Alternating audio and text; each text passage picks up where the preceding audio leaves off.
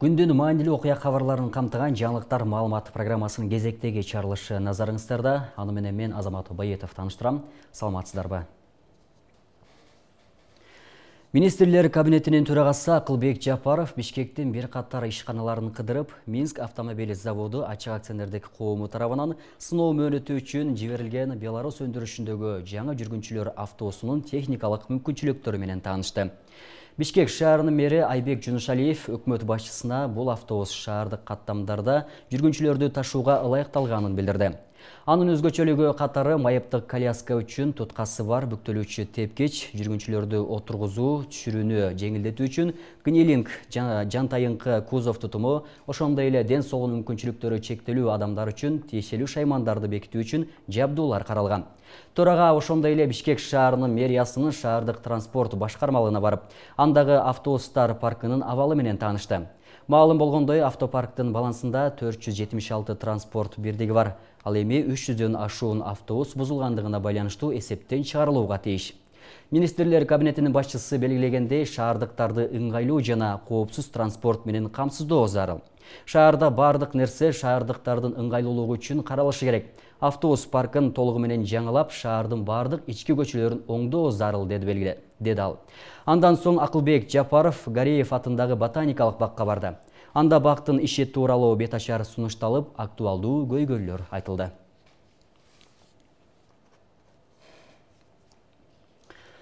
Бүгүн жогорку кеңештин агрардык саясат, суу ресурстары, экология жана регионалдык өнүктүрүү боюнча комитетинин кезектеги жыйынында жер кодексине жайыттар жөнүндөгү мыйзамына өзгөртүүлөрдү киргизүү тууралуу долбоору экинчи окууда каралды. Айыл чарба министринин орун басары Нурлан Шерипов белгилегендей, мыйзам долбоору жайыттарды натыйжалуу башкарууга жана регионалдуу пайдаланууга багытталып, жайыттарды башкаруу чөйрөсүндөгү жергиликтүү өз алдынча башкаруу органдарынын ролун жана жоопкерчилигин жогорулатууну көздөйт. Ага ылайык жайыттарды мергенчилик, арчылык, дары чөп чогултуу, жер жемиш өстүрүү, туризм, балыкчылык багытында колдонуу үчүн жергиликтүү элдин кызыкчылыгын эске алуу менен жеке жана юридикалык жактарга 5 жылдык, кийин 20 жылга узартуу мүмкүнчүлүгү менен убактылуу пайдаланууга берүү сунушталууда. Талкуу маалында депутат Султанбай Айжигитов агрардык секторду өнүктүрүү багытында бүткүл дүйнөлүк банктан берилген 135 миллион АКШ доллары тууралуу маселени көтөрүп, кандай шартта берилүүдө жана кайсы жаатта жумшалат деп сурады. Муну менен катар депутат сунушталып жаткан мыйзам долбоору бир катар укуктук ченемдик актыларга, анын ичинен баш мыйзамга да каршы келерин белгилеп, долбоордогу биринчи жана экинчи беренелерди алып салууну сунуштады. Ошондой эле министрлер кабинетинин номер 309 токтомуна карап чыгуу керектигин билдирди. Мыйзам долбоору стратегиялык жана узак мөөнөттүү жер саясатын бузат деген Султанбай Айжигитов министрликтин өкүлүн демилгени кайрадан чакыртып алууну үндөдү. Депутат Алишер Эрбаев комитеттин мурдагы отурумунда аталган мыйзам долбоору боюнча кошумча материалдар суралганын белгилеп, бирок бир да документ келбегенин сынгалды. Муну менен катар Султанбай Айжигитовдун пикирине кошулаарын айтып, бул мыйзам долбоору 2 жолу президент тарабынан кайтарылган. Эмне үчүн 3-чү жолу кайрадан киргизип жатасыңар, деди. Айыл чарба министринин орун басары Нурлан Шерипов сунушталган мыйзам жаңы жумушчу орундарын түзүүгө жана агрардык секторду өнүктүрүүгө багытталганын кошумчалады. Талкуунун соңунда комитет аталган мыйзам долбоордун депутаттардын сунуш пикирлерин эске алуу менен жогорку кеңештин кароосуна жөнөттү. Манау 309 ушул эки измененияны киргизгенде вот эту полную МСГ күчүгө кирет, мына 309. А 309 вообще антинародное постановление правительства. Чем вообще правительство занимается в такое тяжелое время? Ошондуктан я вам предлагаю, отзовите по-хорошему. Я предлагаю, призываю поддержать мое предложение. Бүгүнкү күндө эгер муну предлагать этип кылбасаңар, мен муну эмеге чыгарамын. Сессияга чыгарамын. Я дам широчайшее интервью по этому поводу. Потому что вы вот этими вот своими вот такими вот, ради того, чтобы только распилить 135 миллионов долларов, вы идете вот на такие антиконституционные, антинародные меры. Түркиянын жаранын оордоого катышкан башка адамдарды издөө иштери уланууда деп билдирет УКМКнын басма сөз кызматы. Маалыматка ылайык атайын кызмат Ички иштер министрлиги менен биргеликте туркиялык ишкерди уурдоо боюнча козголгон кылмыш ишинин алкагында уюштуруучулардын бири 1998-жылы туулган Махамат Карим уулу Ниязалы аттуу жигит кармалды.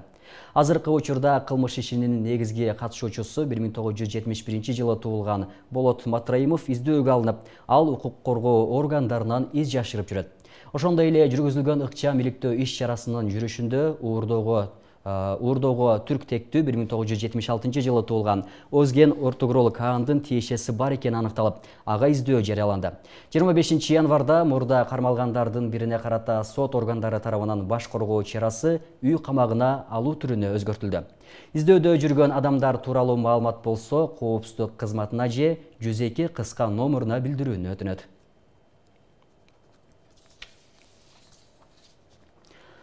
Өзгөн районунун Дөңбулак айылынын тургундары 40 гектар айыл чарба жери жеке тараптардын кызыкчылыгы үчүн пайдаланылып, салыгы дагы түшпөй жатканын айтып чыгышты. Райондун Мичурун айылынын жашоочулары бүгүн Ош облустук сотунун алдына нааразычылык акциясына чогулду. Анда 1994-жылдан бери ачык акционердик коомду жетектеп келген Аттокур Бусурманкулов аттуу киши элеттиктердин 40 гектар үлүш жерин мыйзамсыз пайдаланып, социалдык объектилердин имараттарын басып алганына нааразы. Айыл эли алгачкы соттогу турумдан адилеттүү чечим чыгарып берүүнү талап кылып, борбордук бийлик өкүлдөрүнө дагы кайрылуу жолдоду. Аттокур Бусурманкулов аттуу жаран айылдагы айыл чарба багытында иштеткен жерди 49 жылга ижарага алганы менен жер мамлекеттик каттоодон өткөн эместиги аныкталган. Дөңбулак айылынын өкмөтү дагы Союздан калган имараттарды көп жылдан бери ала албай келгенин билдирди. Нааразычылыкка чогулгандар ачык акционердик коомдун башчысынын мыйзамсыз аракеттерин тыкыр изилдөөгө укук коргоо органдарын чакырды. Мындан тышкары облустук администрациядан комиссия түзүп, иликтөөгө алууну талап кылды. Ал эми Аттокур Бусурманкулов айыл эли жана айыл өкмөтүнүн айткандарын четке кагып, журналисттердин суроосуна жооп берүүдөн баш тартты. Жең үчүн эле сүйлөшүп туруп, айыл өкмөттүн негизинде бүтүрүп коюптур. 49 жылга берип коюптур.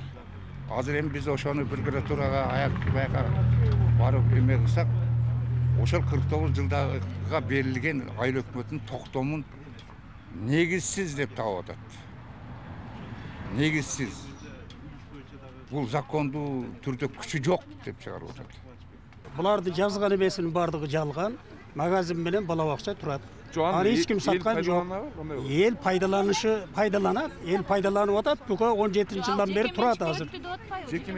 Жеке менчик эмес, акционердик коом менчики. Ошол сиз 49 жылга алган жер кимдин балансында азыр? Мен акционердик коом балансында. Жылдан бери турат да, чалды бар болуп. Эшектерин оттоп турат да. Ошол тарапка чечет. Бизге бербейт, же өзү бизге жакшылап иштетип бербейт. Биздин мына жанагы объекттерибизди берсе, садигибизди, магазинди, папты, анан кийин банябыз бар эле. Анан садик ошолорду эми кайтарып берсе, анан үлүш жерибиз бар. Мына 40 гектар жерди ата бала биrini өткөрүп эле иштетип атыптыр. Үлүш жерибизден дагы бар да, дагы бир 15-20 соттон бериш керек. Ошондо бербейт, ошондо дагы берсе экен деп талап коюп келдик. Мына ушундай окуя кабарлар менен жаңылыктар маалымат программасынын күндүзгү чыгарылышын жыйынтыктайбыз. Ар дайым жакшы кабарлар үстүндө кезигели. Аман туруңуздар.